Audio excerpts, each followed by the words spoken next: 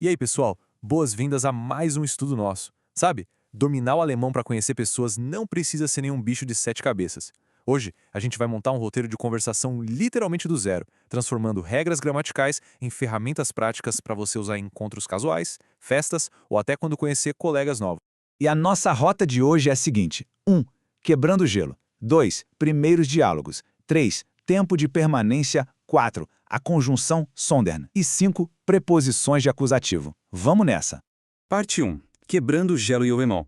Sabe aquela tensão inicial que dá quando a gente vai falar com um nativo? Ter algumas frases prontas na manga resolve isso na hora. Imagina sair do expediente no trabalho e já lançar um Schönen Feierabend. É o jeito perfeito e super amigável de desejar um bom descanso. Ou imagina chegar numa festinha e mandar um Was gibt's Neues? Tipo, o que manda de novo? Abre portas para a conversa fluir instantaneamente.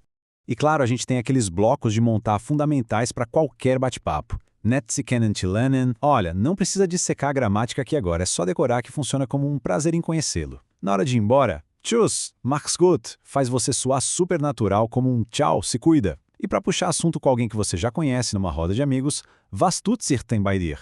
É aquele como estão as coisas infalível. Parte 2. Apresentações e primeiros diálogos. Beleza, o gelo foi quebrado e a conversa engatou.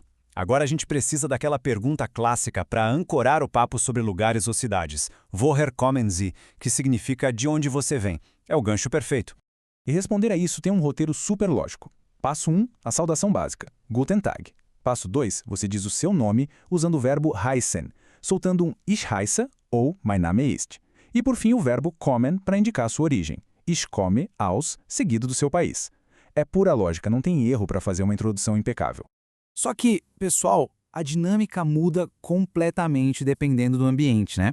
Aquele escritório super engravatado exige uma abordagem bem diferente de um barzinho na sexta-noite. É a clássica e vital diferença entre o tratamento formal, onde usamos o si, e o informal, que pede o du. O ponto crucial aqui é notar como a conjugação verbal dita totalmente o tom do encontro. Se for no formal, a gente pergunta Wie heißen Sie e Woher kommen Sie? Repara que o verbo termina ritmicamente em en. Agora, no ambiente informal, com o du, o finalzinho do verbo muda. Wie heißt du e woher kommst du? Bateu o olho, ouviu o som, já sabe se a vibe é formal ou relaxada. Parte 3. Perguntas sobre a permanência. Bom, e para manter a conversa fluindo com o viajante ou aquele colega novo que acabou de chegar, uma pergunta super elegante é Wie lange bleiben Sie? Ou seja, quanto tempo você vai ficar? E o legal é que essa estrutura wie lange, quanto tempo, é incrivelmente versátil. É um verdadeiro coringa. Dá para encaixar com um monte de verbos. Você pode perguntar sobre o trabalho com Wie lange arbeiten Sie hier? Sobre estudos com Wie lange lernen Sie Deutsch? Ou até mandar uma pergunta mais descontraída, tipo Wie lange schlafen Sie am Wochenende? Para saber quantas horas a pessoa dorme no final de semana. Para responder sobre o nosso próprio tempo de estadia, a base de tudo é o verbo bleiben, que é ficar ou permanecer. Fica ich bleibe, eu fico, ou wir bleiben, nós ficamos. E a pronúncia figurada aqui ajuda demais.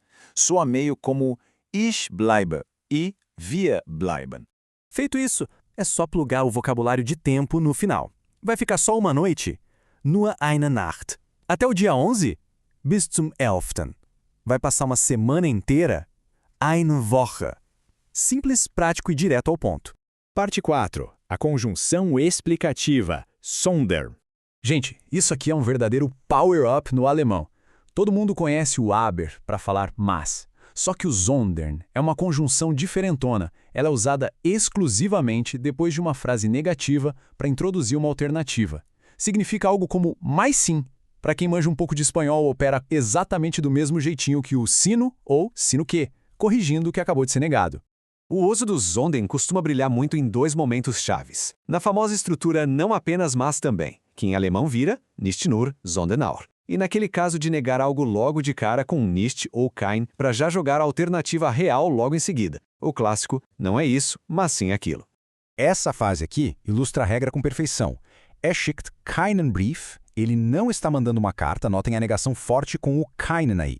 Sondern will mit mir persönlich sprechen, mas sim, ele quer falar comigo pessoalmente. A conjunção faz a ponte entre essas ideias opostas com uma elegância absurda. Um parênteses rápido para a gente expandir ainda mais esse bate-papo. Não podemos esquecer do denn, que é o nosso pois ou porquê. O grande truque de mestre do denn é que, assim como o sondernan, ele não bagunça a ordem das palavras na frase. É um salva-vidas maravilhoso para justificar as coisas numa conversa de bar sem suar frio por causa da gramática. Parte 5. Preposições de acusativo essenciais. Para fechar o nosso kit, a gente tem esse núcleo compacto de preposições que sempre, sem choro nem vela, exigem o acusativo. Durch, para através ou por, für, indicando para, gegen, que pode ser contra ou indicando uma aproximação de tempo, ohne para sem e o para horários exatos. É uma listinha super curta, mas absolutamente indispensável para sua fluência. E eu queria focar num detalhe muito legal que é o uso duplo da preposição gegen. O contexto aqui dita tudo. Se a gente disser wir tun etwas gegen den Hunger, estamos falando de oposição firme, agir contra a fome. Mas, do nada, na frase kommt gegen 5 Uhr, ela já ganha uma cara totalmente nova, significando que ele chega por volta das 5. Muito versátil, concorda? Quando a gente consolida e junta tudo isso, é assim que a comunicação autêntica toma forma. Pessoas mandando um ich heiße, contando de onde vem com ich komme aus, e soltando vocabulário para falar se curtem música, esportes. A gramática ganha vida e deixa de ser só regra para virar um diálogo real do dia a dia. É isso aí!